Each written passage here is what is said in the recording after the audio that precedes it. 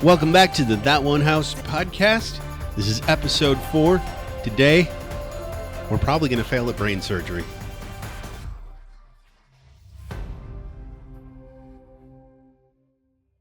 Oh, I refuse to perform brain surgery. aren't they all careful though? All the brain surgeons. I mean, the one that you talked about is for sure. So. Yeah. Yep. Anyway, as I haven't done it in the first 3 episodes, we are here for your weekly podcast. We have Ben, lead pastor Ben. Mm-hmm. What do you want to be referred to as? Lead, better than senior. Okay. Youth director. Is that your title? I mean, if you want to get really specific, it's student ministries director, but And student ministries director Josh. called And lots of things. I'm Jake. I have a title written down somewhere. I have no idea what it is. Do you really not know? I don't. Do you? Maybe. I call you media director Jake. We always say media Jake and Media staff. Jake and staff. Okay. All right. I am Media Jake. Look at that. First thing I wanted to get out of the gate here, just as we kind of land this Close Encounters series, is I just wanted to take a second and just thank everybody that that did the testimonies for us for this series. They were really impactful. I think more than any of us can really state. I want to thank anyone that actually did that. I know what it is to sit down and look in front of a camera. I also want to thank people that even considered it. Keep moving that needle and we'll get you involved in something. I promise. Other than that, I also wanted to thank you, Josh, and your volunteers for the Palm Sunday thing with the kids. Oh, We've sure. not done something like that, I think, in a long time. That was awesome. That was really awesome to see. Yeah, kids liked it, I think, and yeah, it's fun. So the title of this sermon was Successful Failure, correct? Correct. All right. And it was Ben's message, and he covered Luke chapter 23, 2 through 25 is what I saw in your slides, although I don't know if... Okay. Yes. All right. So the first kind of icebreaker, I guess, I always like to do an icebreaker when we start this. If you guys are comfortable, can you talk about a time that you can maybe identify where you put something, what did I write here? Where you can clearly say that you valued something over Jesus? Are you, both of you, comfortable talking about that? As long as I can think of I guess. a time. I can start. Uno momento, por favor. All right, I'll start. Just to kind of expand on, I was the person in the testimony, and just kind of thinking about this question. For me, that was one of those times. I put that band over everything, and it was my thing. Like, those friends were the friends where if I wasn't okay with them, I wasn't okay with the rest of the world. And I remember how heavy that felt and how toxic that felt. And it's not any of their faults, really. It's really my own. Ugh. Yep. That makes sense. Yeah, I've shared my story of, being into work and making money more than Jesus a couple times. So I guess to change it up, you could look at my teenage years, probably middle school, high school. A lot of that was an ebb and flow. It was one of these kind of deals, but there are plenty of times where friends were more important, status was more important, girls were more important, fun was more important. Trying to make something of myself was more important through my middle school and high school years, from no fault of my own, and prioritizing things that were not following in the ways of Christ and seeking who he is and seeking his will for my life. So there's plenty of those scenarios throughout that time. I've always valued, traditionally, I valued other people's approval over Jesus's. In many different walks of life, many different chapters of life, it's been about getting that one person's approval or that group's approval or, all the above over Jesus. And so I think approval big for me. Creature comforts is a little bit more subtle. I think it's kind of a silent killer where it's a little bit harder to measure that, where I'm giving here and here, and I'm basically kind of generous, but really it's like my stuff, and it's more like my time, so even as a pastor, just feel that fight of like, I want time for myself. I want to be able to decide. I don't want Jesus to have all of me, and so really it's just me wanting to be in control of what I do. So it's kind of weird because I've surrendered my life and my career, path to him, but then within that, or under the hood, then there's still that fight, I can feel it. Less so than before, but still there, still a wrestling match, still a, different things, different people pop up in my life, or different opportunities, and it's right there all over again. Is it kind of like you surrender it, but then like, time passes and you kind of try to reach, not even like fully, because then if you take it back fully, then you can't say that you surrendered your life, but like you're taking like a little piece back, and like this is mine. This is mine. Yeah. I think so. I feel that quite a bit with everything. Yep. There's that, my money is mine kind of thing, but I'm giving some already. So leave me alone. The rest of it's mine, so it's more subtle that way. Yeah. My time is mine. No, it's all yours. I've given it all to you, but is there anything I can have for myself? It's those kinds of like subtle wrestling matches. One thing that it struck me from your message, but one thing that some language that I really love is when we talk about, what is it? Oh no, it left my head. Oh no. It's like, listen to your soul, because your heart is a deceiver. And so when you talked about, God's love being greater than our hearts. Yep. That struck a chord for me, because it's always been, I've always, you always feel the push and pull of like, I want this, my heart wants this, but I know I shouldn't have it. Could you expand a little bit more on that? Yep. Well, first of all, everybody in this story is failing Jesus in the most epic way, in every single way. They're failing him, including one of his closest followers, who's, while he's being arrested and tried, is simultaneously denying that he even knows Jesus. Jesus having told him that he would do that, and him saying, no, never, I would die for you. And, it's Peter. So we're all failing him all the time.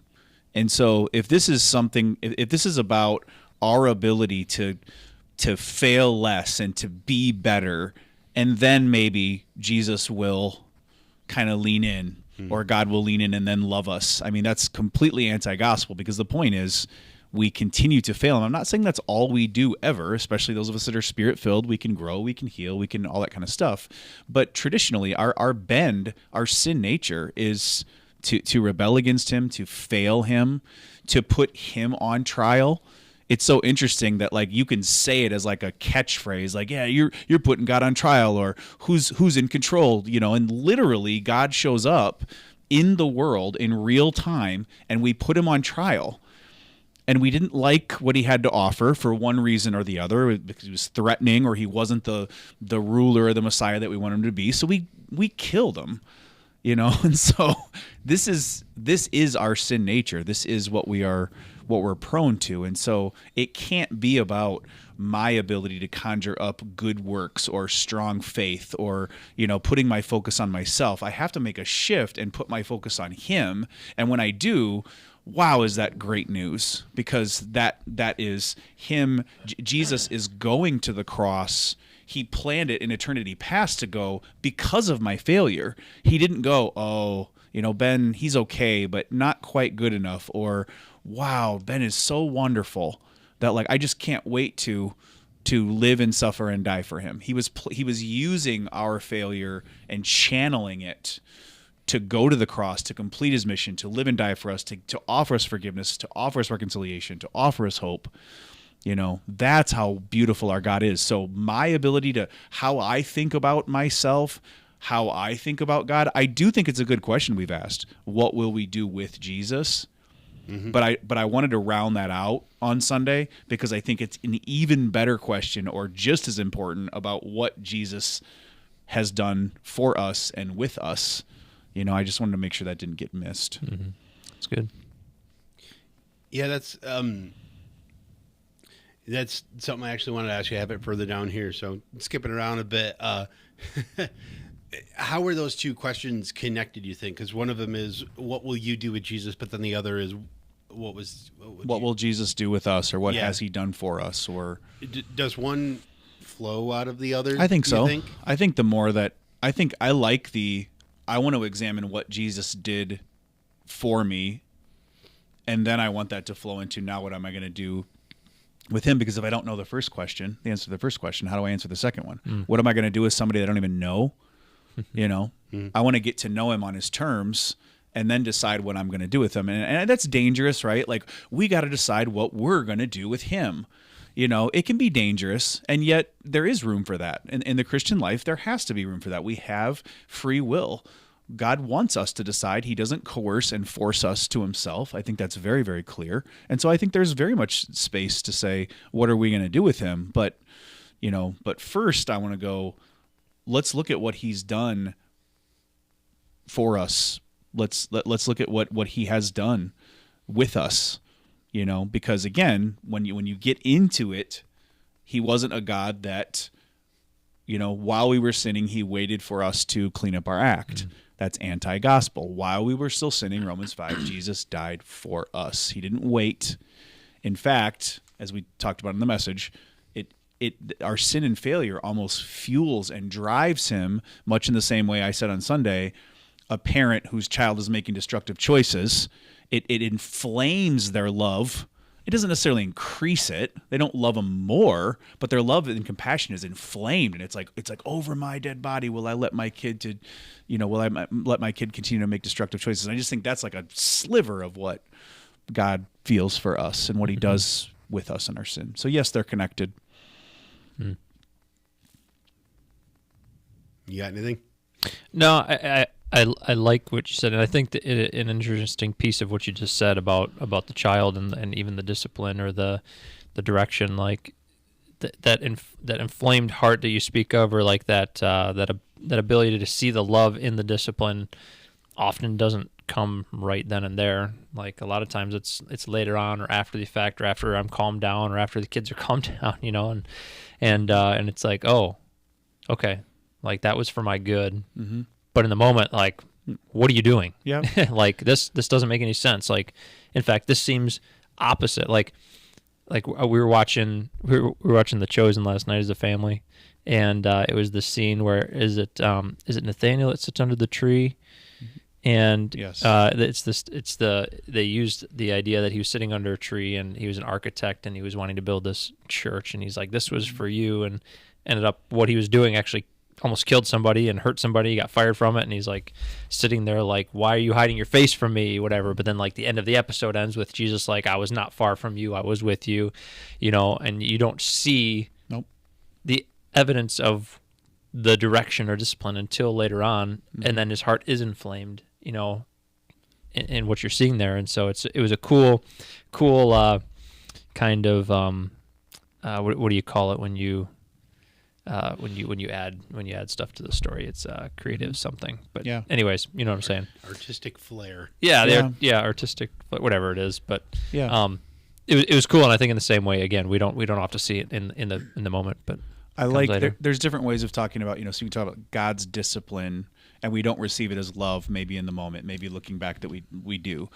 Parent to child, that kind of stuff. I think that's really good. I also think it's good to talk about parent-child, like my child's making destructive choices. So my heart is inflamed, and I might be disciplining. You the parent or you the kid? Yeah, good question. So me the parent, I'm not necessarily like disciplining them, although you're right. They could see it as like, you can't live here, my adult child, you can't live here anymore because of your choices. That could be discipline. And it could also be, as a parent, let's say my kid's making destructive choices, and so I just go to wherever they are. Let's say it's an hour away, and let's say I lose my career because I'm just going to be there for my kid. That's not necessarily like discipline. It's like I'm losing something. It's their behavior is driving me to them. because So they're you were just- saying that the heart of the father's inflamed. Mhm. Not. Oh, I was taking that as the child. The heart Yeah. of the child is inflamed. Okay. So The heart- everything I just said doesn't make any sense. No, then. it does. It does. We have different metaphors and images for how we Yeah. relate to God and how He relates to us. The Father's heart is inflamed by His people's sin, and His compassion is aroused. Hosea 11, His, and Romans 5, New Testament. The more that we sin, the more grace that we get. Yeah. Even though sinning is bad, Right. but this is the heart of the Father. This is the heart of the Son. This is what He does. So to take the other side of it, someone might look at that, which they often do, and just say like it said, like some people even say, like Paul says it, like some would say, shouldn't we sin then if grace abounds to make it more or whatever? And he's like, absolutely not, right? Right. And so you read something like that or you hear something like that and you're like, well, my sin has been for good then because it's helped God to have a bigger heart. And God's you know, good. And you I know would what I say, mean? yeah, I would say yes, but it's because how wonderfully beautiful God is. He's that good Mm-hmm. that He can take the brokenness and ill intentions and turn them into beauty Mm-hmm. for His glory, our transformation. That's what He does. But ultimately not the intended way of it happening, because obviously Nope. we don't want sin. We don't want Nope. that separation from God. But It's destructive. But there is beauty on the other side of it, which is cool. He took their sin of arresting Him, trying Him, and convicting Him, and killing Him, and used it to do the most beautiful thing that's ever been done for the human race. Validated, of course, by the resurrection. Right. But going to the cross, I mean, that's looking at that in real time. You're going, that's one of the best man that arguably ever lived, and there he is, and he died young and terribly, and there's no hope. And No. God was doing His most beautiful work because that's who He is.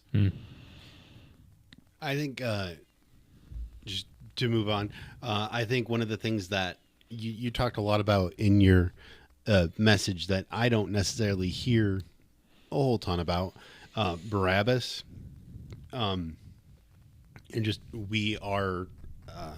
Oh gosh, I'm sorry, my brain is having a day today. So you talked a lot about us being Barabbas.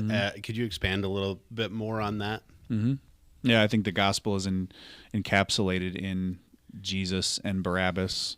They're both the son of the Father. Barabbas' name means son of the That was Father. interesting. I never Yeah. knew that. Jesus is the son of the Father. He's the awesomest son of all time of the Father. And so here they are, and they're both in prison or about to be tried, and is arrested.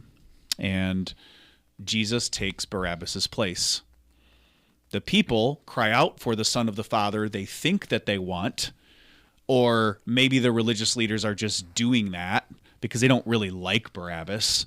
They just want Jesus dead because he's a threat. Maybe they think Barabbas is less of a threat, but the gospel is playing out in real time before our eyes, where Jesus is taking Barabbas' place and taking the punishment that was due him, and he gets to go free. So in a sense, all of us are Barabbas. 2 Corinthians 5, Paul says, God made Jesus, who had no sin, to become sin for us so that we might become the righteousness of God. So it's a dual thing that our sin goes on Jesus, but then his righteousness comes to us. He traded places with us. He took our sin, we get his righteousness, which is the beauty of the gospel. So in real time, that's actually playing out. The gospel is like walking and talking and breathing, and it's playing out with these two individuals. One question I did have, just because I never really thought about it that much. Well, before I get into that, let me just say what an interesting character. What a incredibly important character to the story. I don't want to call it like an obstacle in the way, but not that it could not have happened without him, but he's very important to leading Jesus to the cross. Barabbas? Yes. Okay. In my opinion. I don't know if that's true, but in my opinion, which is why I get He's an integral piece of the story. Yes. Yeah. He becomes one. Yeah. Which is why when you see people like Passion City Church do those videos where they write from the perspective of Barabbas, and it's kind of like he's yelling out at the people, and we don't know. Obviously, we don't know if that actually happened or Right. anything like that. But it's really impactful for me, anyways, because am kind of taken in by that drama. Mm-hmm. Let me ask you this though: in that moment where Jesus switches places with him, do you think that Barabbas was forgiven for what he had done? Not necessarily. By who? By who? I don't know. Not necessarily. We don't know by Jesus, I guess it would be what I would be getting at. We don't know anything about how Barabbas responded. I don't think we're told anything, and I don't know of any history that tells us. If there is, I'm missing it, but not necessarily. Just a beautiful picture of the gospel, and so we don't know about Barabbas if he was like, "Wow, this man really was the Messiah," and he, not like the other guy on the cross. No, because the other guy on the cross made an intentional heart posture change towards Christ. To where all we see with Barabbas is just an exchange. We don't really see anything where he's interacting, where he is coming to Christ, where he's making. It's just a release from prison. It's just an exchange. Is all it seems to be. My guess is because he was an insurrectionist and a murderer, probably a Roman soldier or somebody from Rome. My guess is if he didn't completely repent and change, then he would have gone right back to, let's overthrow, let's take them down.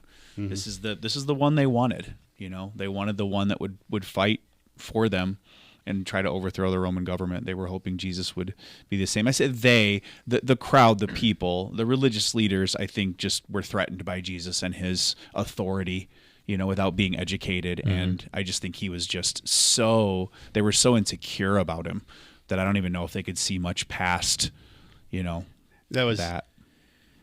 Do you have anything? No, before I move on? Please, go ahead. Okay. That was the other thing I kind of want to talk about. You talked a lot about, words again. Oh, I'm so sorry. Pilate? Mm-hmm. I call him Poncho.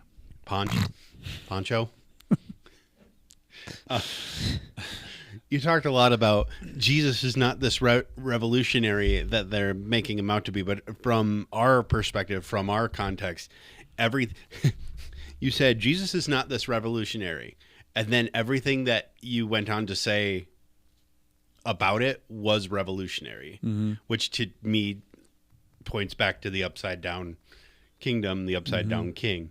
Could you expand a little bit more on that? Yeah, they were just lying about him.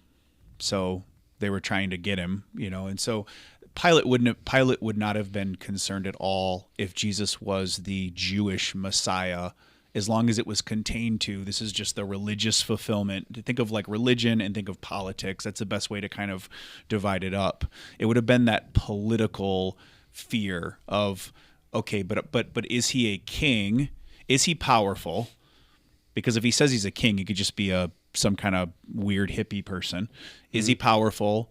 They did not get the sense that he was really very powerful. He was mild-mannered and meek, and they knew a little bit about his teachings, and they knew that his followers were largely nonviolent. The exception proves the rule, right? Peter cuts off the Malchus's ear with two swords, I think, that they had with them, and then Jesus puts it back on. So if I'm Malchus, I'm probably going, I don't know if we should arrest him because he just put my ear back on and I've never heard better. So I do think it's a fascinating chain of events. I'm always just looking at like the way things happen and the interactions, and like you see from the very beginning, you talk about Barabbas was a revolutionary, and then the two claims that they make to Pilate about Jesus, we found this man misleading our nation. Yes. And forbidding us to give tribute to Caesar. Okay, so the second part of that is pretty important, right? Yep. And saying that he himself is the Christ, a king. And then Pilate responds, not asking about anything except whether he was a king. Correct. Doesn't seem like he was really interested about the being a revolutionary, or the fact that he was misleading a nation, or that he was doing something that could get you killed, like not praising Caesar for who he is. Mm-hmm. He just wants to know if he's a king or not. Yep. That just seems very, very interesting. And I also love the imagery of how Jesus is, we talked about he turned his face toward Jerusalem. He's making his way there. He gets there, and now he's incrementally running into the hierarchies of the nation. Mm-hmm. And at one point you get the king of the world and the king of the world, the way the world sees it, like face to face. Yes. Like, that's just so cool to me, like, to think about, and then just to think about the humility of our King, you know. Yes. But like, just thinking about that for a minute, and how all of this, like, I love this portion of the story, and just seeing all of these things happen, and how he's handed off to different rulers, and just it's just interesting to me. Yes. And I guess the main point here is, like, Pilate is not this person of immense integrity. Mm-hmm. It's just Jesus wasn't a threat to them at all. Mm-hmm. They were just like, no, they're like hippies. And I was wondering, as you were kind of going through that set of slides, it sounded like Pontius was talking himself into this outrage of the crowd. But then I can only get so much from. He was being. He couldn't have another uprising, so the crowd ended up winning because the religious leaders were working the people up into a frenzy, and so he gave in, even though he could tell they had an agenda. I think, but they were bloodthirsty, and he just probably thought it's the lesser of the evils. It's the only thing that's going to quell an uprising at this point. Is going to be to give him what they want, even though I don't think he's a threat. I don't think he's guilty of anything that they're saying he's guilty of, But yes, is he a revolutionary in the ultimate sense? Yes, this is the king of the universe. Is like in the world, and they're just lying about him and in every which way. It's interesting that the people were able to convince him to do it, because with it being such a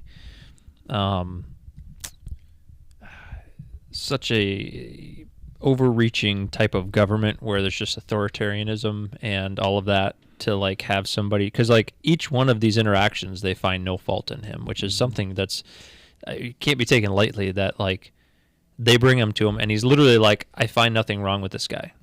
Look at the list of things they're charging him with. And yet he still says that. And then he gets to, again, we get to that point of like authority, and he's still like, I don't think we should crucify this guy. We should let him go. And then he gives it up to the will of the people, which wasn't normal for that time period. It was just, here's what I say, here's what we're going to do, right. Worship me, do this. Yes. Just very interesting. I mean, you could spend a lot of time on that, but very interesting interaction that the crowd was able to win over. He had the ability. He had the power and ability to go against the will of the people. He could have done whatever he wanted. He didn't even have to bring Herod into it. He chose to. He had the power, but in this moment, it sure doesn't seem like it, right? Yeah. Because it's the mob mentality has started. Now, to be fair, he just happened to be there during the celebration, so he wasn't like sitting on his throne coming back to there. Like he was. Oh, he's in the area. Well, let's let him handle this because he's the ultimate authority. Yep. And so this is like an impromptu, like, happy chance opportunity. Right. This person knows him better than I know him. Yep. And let's just have a court hearing here in the middle of this celebration that I wasn't scheduled to have.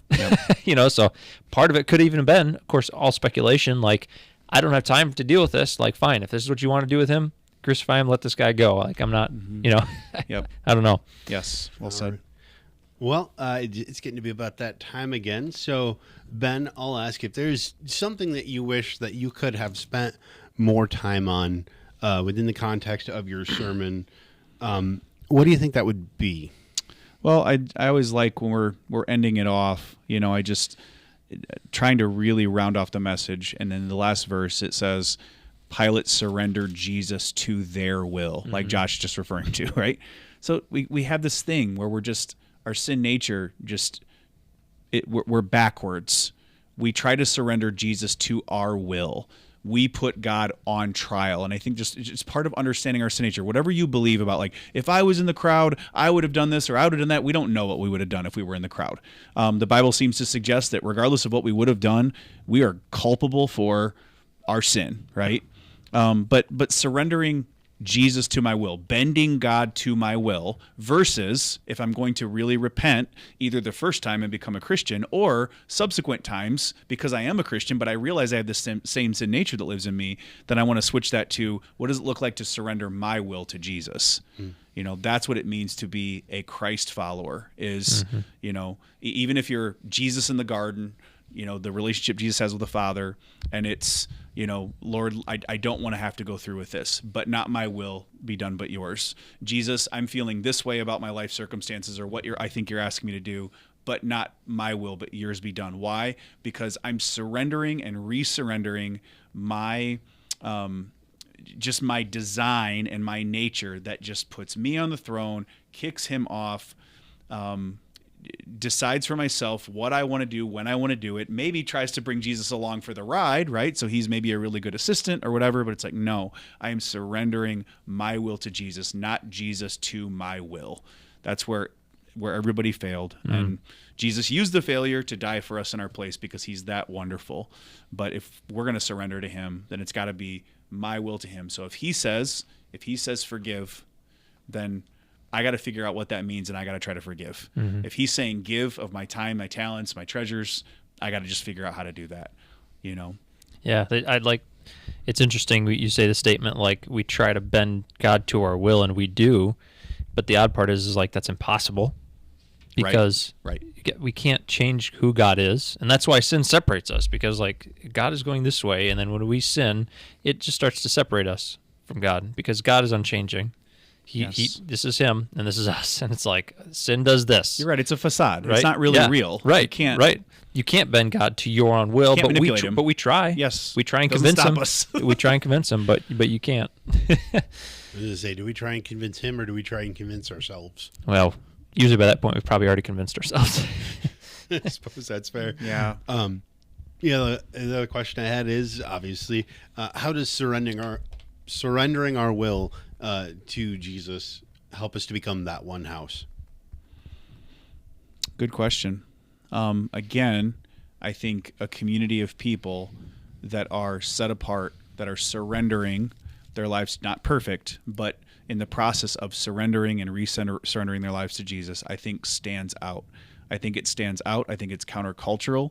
I think sometimes our culture looks on it and goes, that's not what I want, or I don't understand it. But I think if they get closer, I think it's attractive. I think it's an attractive way to live. We just watched The Chosen at the theaters in the season 5, which I can't give anything away. Thank you. But there may have been some foot washing, and just again, we know this happened in the Gospels anyway, where Jesus washes their feet. Yep. Where he came not to be served, but to serve. And that's what it means to be a follower. Because we take up our metaphorical cross and we follow him, then we are to humble ourselves below others, elevate others above ourselves, lovingly serve others with our lives. And that is attractive. The more that we surrender, the more empowerment that we get to live that out, and the more attractive that is. Mm-hmm. I would even take your question and change it just a little bit if I could, and ask, how does the successful failure of Jesus, even though Jesus never failed, but we did. I understand the title, how does that make us more like that one house? That gives us a foundation to even build a house on in the first place. Wow. This is the blueprint of the foundation that's about to be put on our house. Mm-hmm. So we're going to turn the page this week and go into verse 26 this Easter, and we're going to talk about what we build our house on. This is the foundation of our house. Yes. And this is where it rests. Well said. We don't have a foundation. We don't have a house at all to even talk about. If that's not... We're not becoming anything right. of one house, because there isn't exactly. a house. If what you just preached on never happened, yes. and the resurrection never happened, then we don't have a foundation. In fact, all we're doing right now is worthless if it never happens. Well said. All right. Anybody else got anything else to say before we... I think Ponch would have made a great... Ponch. It would have made him a great Twitter feed name tag or something, but nice work. # clean hands. Even though he's not really clean. Sorry.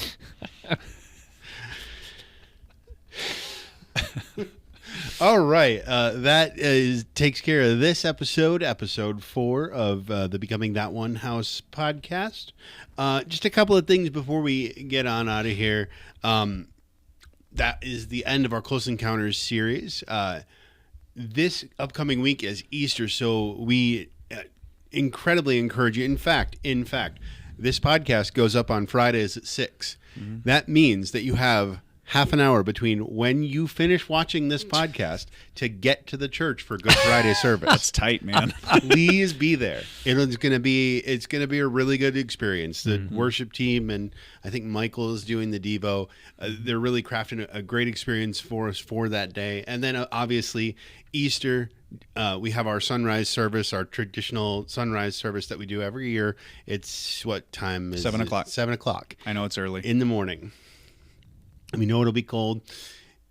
It's going to be fun though. It's mostly indoors to be Yeah, fair. it's We're not gonna be 99% sitting outside. indoors. Yeah. but- one time It's gonna be cold, but But we're going outside to check out watch the it. sunset and Okay, okay. sing the doxology for a couple verses. And then when it's like 30 degrees, then we run back inside.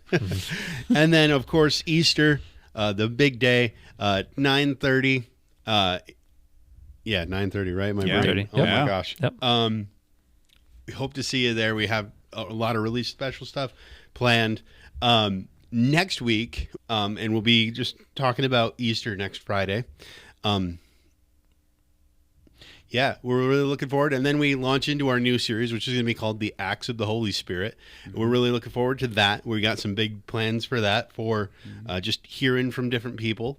Other than that, you can check us out on Instagram, Facebook, YouTube. You can catch this podcast on Spotify, iHeartRadio, Amazon, the Apple Podcasts too. And other than that, you can come right on back here next week. Please leave a comment below, or if you're in the service, which we really hope you are, go ahead and leave your questions or ideas for the podcast on the communication card and drop them in the black box. We'd be happy to cover those. And other than that, have yourself a great week.